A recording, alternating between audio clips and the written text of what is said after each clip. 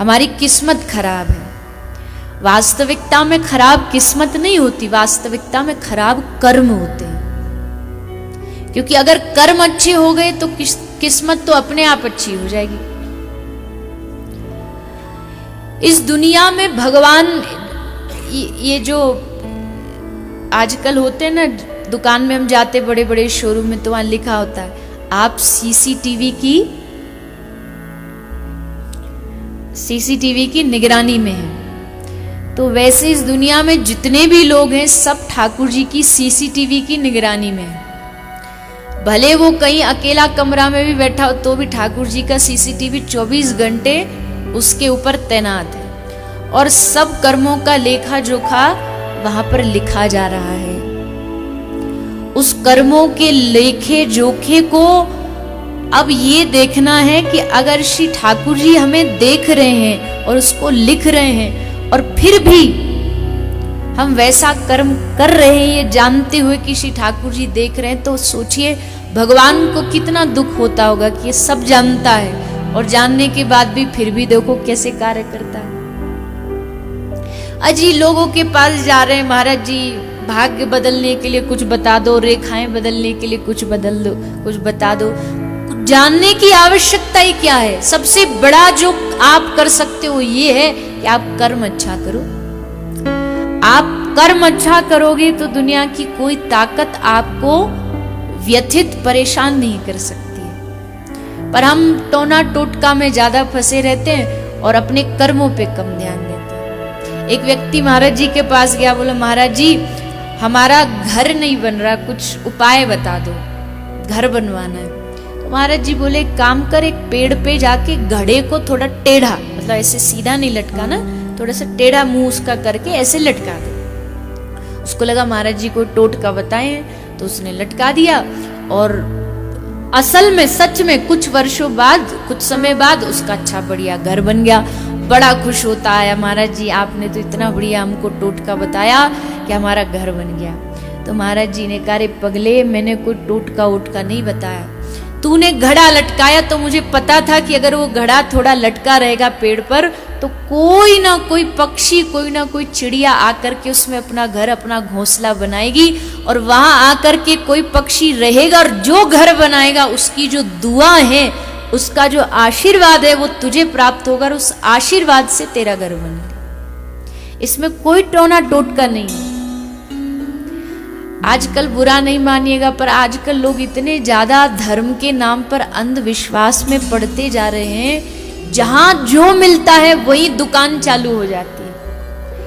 माफ करना किसी को मेरी बात न रुचिकर लगे ना लगे तो आपकी अपनी मर्जी, अपने विचार, पर भैया हमारे शास्त्र तो कहते हैं कि बिना किसी भी डर के, बिना किसी भी सोच समझ के आप बस कर्म बढ़िया करते चलो और ठाकुर जी पे भरोसा रखो। ये दो काम संग होने चाहिए, फिर ना तो भविष्य देखने की आवश्यकता है।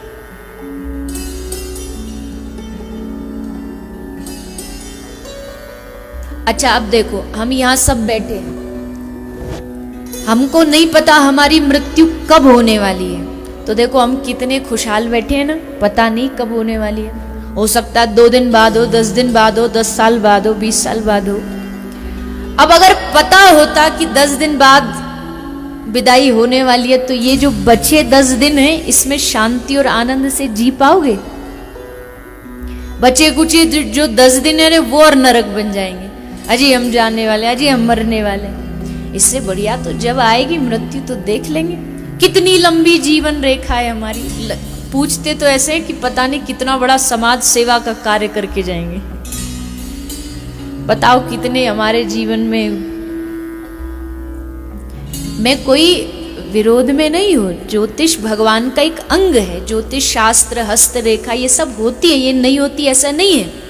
शास्त्र भी हैं, भगवान का ये अंग भी है, पर जो समर्पित भाव वाला भक्त वैष्णव होगा ना उसकी इसमें रुचि नहीं होगी। उसे पता है जाही विधि राखे राम ताही विधि रहिए, महलों में राखे चाहे झोपड़ी में वास्ते, धन्यवाद निर्विवाद राम राम कही। बस अब इससे आगे क्या जानना हम। जब हमारे महापुरुषों ने कह दिया कि जाही विधि राखे राम, बस बात खत्म। अब दुख दे सुख दे, दुख को सुख में बदल दो, कुछ कर दो, इस सब की फिर कोई आवश्यकता नहीं रहती। तो इसलिए कर्म बहुत आवश्यक है। अगर कर्मों पर विश्वास नहीं रखोगे तो डरते रहो। डर डर के मारे देखा नहीं लोगों के 10-10 हाथ में अलग अलग ग्रहों की अंगूठियां होती हैं, ये इस वाले की है, वो उस वाले की है। ग्रह कब आप पर असर करेंगे? ग्रह तब आप पर असर करेंगे जब आप भक्ति से दूर होंगे। लेकिन जब ग्रहों को भी पता होगा कि ये हमारे ठाकुर जी का भक्त है, तो बिगाड़ना तो छोड़ो, दूर दूर तक आपके सामने आने की हिम्मत नहीं करेंगे। बस उनको पता होना चाहिए कि हाँ ये हमारे ठाकुर जी का भक्त है, तो इससे तो भैया प्रणाम करो और आगे बढ़ो, इससे हमारा कोई झंझट नहीं। तो ये समझदारी कोई गुरु कृपा से ही मिलती है, अन्यथा तो लोग बस ऐसे ही अंधश्रद्धा में, अंधविश्वास में भटकते ही रहते। कर्मों पर विश्वास करिए। कर्म तो इतने प्रबल होते हैं कि इस जन्म में नहीं, कितने जन्मों तक हमारे संग चलेंगे ये हम कोई बता नहीं सकता। दादा भीष्म की कथा आती है कि दादा भीष्म कहते 50 साल तक तो हमने कुछ बुरा नहीं किया, तो प्रभु ये सैया पर क्यों पड़े हैं हम? भगवान ने कहा 50 तो देख लिए, पर 50 से अगला 51वां देखा आपने? बोले नहीं, वहां तक तो दृष्टि गई नहीं। बोले 51वें पिछले जन्म में आपने एक कीड़ी को लेकर के कांटे पर डाल दिया था, वही कर्म आज आपका सामने आया कि आपको इस बाणों की सैया पर। पितामह भीष्म जैसा महापुरुष अगर कर्मों के उस विधान से नहीं बच पाया, तो हम और आप तो कहां बचेंगे? ये तो वही वाली बात है। एक ऐसी विनोद में सुनाते कि एक बढ़िया सा, एक अच्छा सा रेस्टोरेंट था, उस पर बाहर एक बोर्ड लगा था और बोर्ड पर लिखा था कि भैया यहाँ पर जिसको भी आके भोजन करना है भोजन करके जाओ, कितना भी खाओ, पर बिल आपको नहीं देना पड़ेगा, बिल आपके पोते चुकाएंगे। आपकी आने वाली जो पीढ़ी होगी, पोते, वो आपका बिल चुकाएंगे। तो जिसको भी खाना फ्री। अब एक कोई पहुंच गया समझदार आदमी, उसने सोचा आज ही लूट ले, जितना जगह है ना भर ले स्टोरेज 2-4 दिन के लिए। तो गया बढ़िया, उसने पहले चाइनीज ऑर्डर किया, फिर वो पेट भर गया, फिर इटालियन ऑर्डर किया, फिर छोले भटूरे ऑर्डर किए, और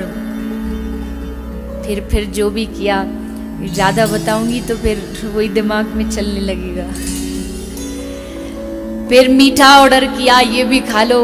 खूब बढ़िया चकाचक उसने माल खाया और खा करके जाने को तैयार ही था कि वेटर बिल लेकर के आ गया।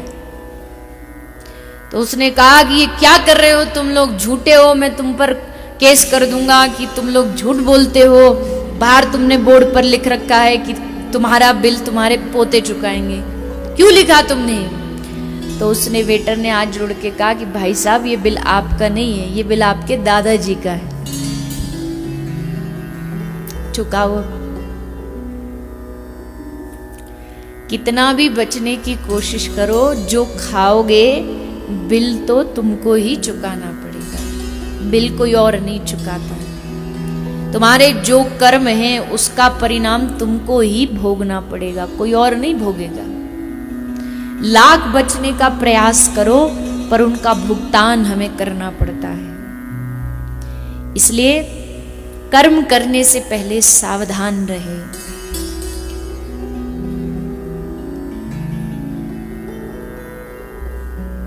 ये कर्मों की जो रीत है, ये भगवान ने खूब अनेकों बार श्रीमद् भागवत जी में ब्रजवासियों को समझाई। जब ब्रजवासी कहते कि इंद्र हमारा अन्नदाता है, इंद्र ने हमको जीवन दिया है, भगवान ने कहा कर्म ना जायते जंतु कर्म नैव विलीयते, सुखम दुखम भयम क्षेमम कर्म नैवाभिपद्यते।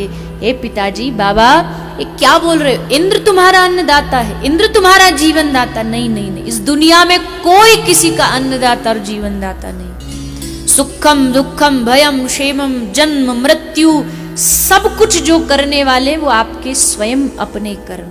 कहीं कोई अभिमान में फूला फिरता हो कि हम उसका घर चला रहे हैं, हम उसका जीवन चला रहे हैं, नहीं नहीं नहीं।